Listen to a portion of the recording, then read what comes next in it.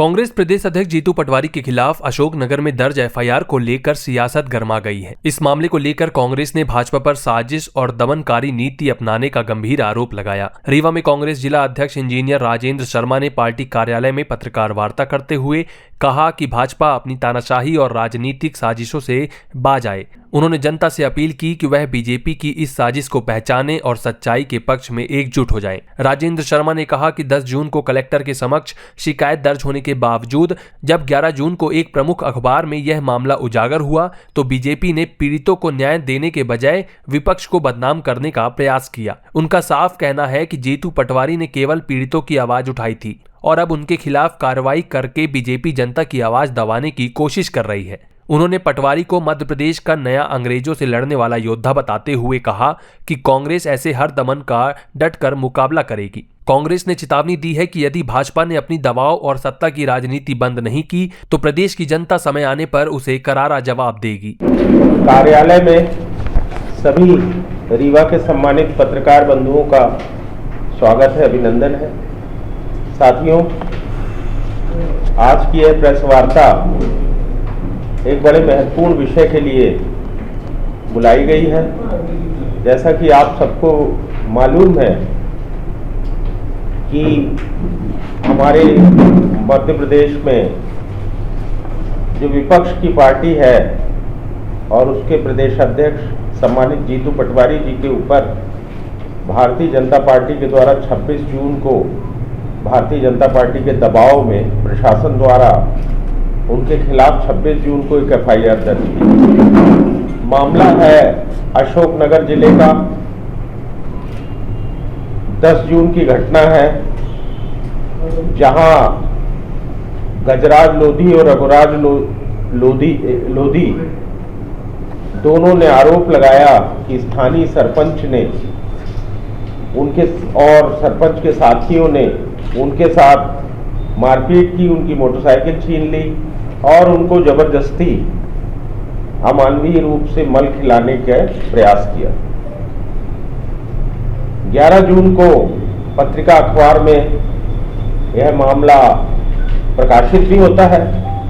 और मध्य प्रदेश में चर्चा का विषय बनता है। पीड़ित लोधी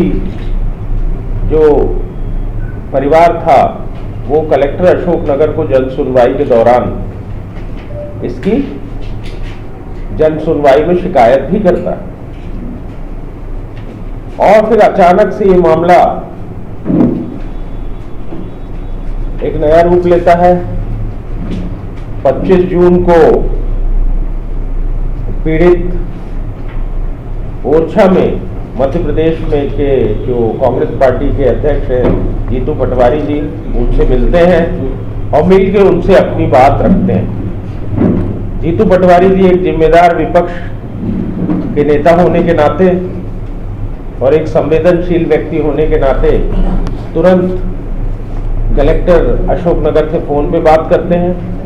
कलेक्टर अशोकनगर उनके सामने इस बात को स्वीकार भी करते हैं कि यह मामला जन सुनवाई के दौरान उनके पास आया था और जीतू पटवारी पीड़ित के बयान का और कलेक्टर से चर्चा का वीडियो विधिवत मीडिया में जारी भी करते हैं, सोशल मीडिया। पार्टी की सरकार का जो चरित्र है उसके अनुरूप तुरंत बीजेपी की सरकार के दबाव में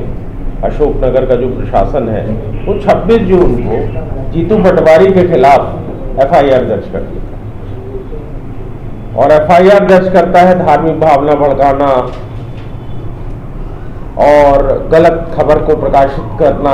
इन सब बातों को लेकर करता है, झूठे आरोप लगाता है। यह भारतीय जनता पार्टी के चरित्र को प्रदर्शित करता है साथियों कि किस तरीके से भारतीय जनता पार्टी अपने खिलाफ आवाज करने वालों को लोकतंत्र में दबाने के अलग अलग तरीके से प्रयास करती है। अगर कोई किसी के यहाँ ईडी भेजती है तो किसी को इनकम टैक्स से संबंध करती है, तो अब यहाँ तो हद ही हो गई जब आप प्रमुख विपक्षी पार्टी के प्रदेश अध्यक्ष के खिलाफ एफआईआर ही दर्ज कर रहे हैं और जबकि वो जीतू पटवारी जी कुछ नहीं करते, केवल एक मध्य प्रदेश के नागरिक की एक समस्या को जनता के बीच में लाते हैं, जिसको अपने आप में ही ऑलरेडी एक अखबार,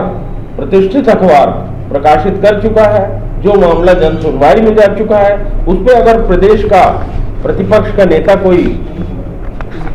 प्रतिपक्ष की पार्टी का कोई नेता अगर कोई चर्चा करता है तो उसके खिलाफ एफआईआर की जाती है। इसमें हमारा कांग्रेस पार्टी का कहना है कि वहां के पुलिस प्रशासन की भूमिका संदिग्ध है, क्योंकि जब 26 जून को वो एफआईआर करता है तो मामला क्या होता है कि वो जाके शिकायत कर रहा है, उसको दबाव देकर, और किस तरीके से उसी व्यक्ति का, गजराज लोधी का किस तरीके से बयान बदलवाया गया, किस तरीके से उससे दबाव में नया स्टेटमेंट दिलाया गया, और क्या भूमिका उसमें प्रशासन की थी और क्या भूमिका उसमें पुलिस की थी, हम चाहते हैं इसकी जांच हो। मध्य प्रदेश कांग्रेस पार्टी की मांग है साथियों कि हम इस घटना की कड़े शब्दों में निंदा करते हैं और चाहते हैं कि इसकी निष्पक्ष जांच हो, जिसमें पीड़ितों के दोनों बयान 10,225 10 जून 2025 और 26 जून 2025 के शपथ पत्र, इनकी जांच होनी चाहिए। अपने शपथ पत्र में नए आरोप लगाए,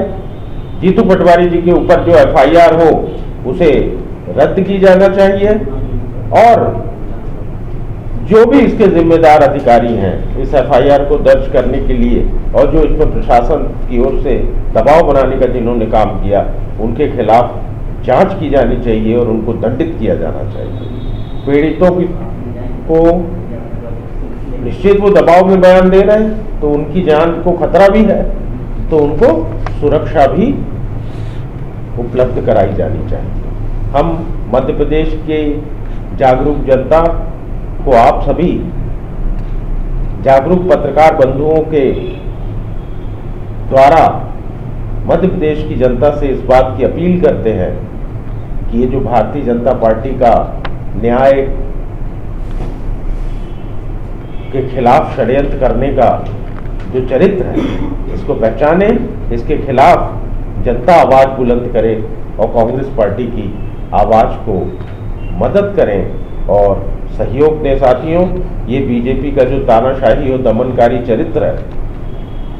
ये जनता के बीच में आना चाहिए। ये जनता को पता लगना चाहिए कि किस तरीके से बीजेपी तानाशाही और दमनकारी तरीकों से मध्य प्रदेश की सरकार यहाँ काम कर रही है। हम बीजेपी की सरकार को भी इस बात की चेतावनी देते हैं कि अगर बीजेपी की सरकार इस किस्म का काम करती रही तो हम जनता के बीच में जाएंगे और जनता के माध्यम से कांग्रेस पार्टी न्याय की रक्षा की मांग को बुलंद करेगी। धन्यवाद।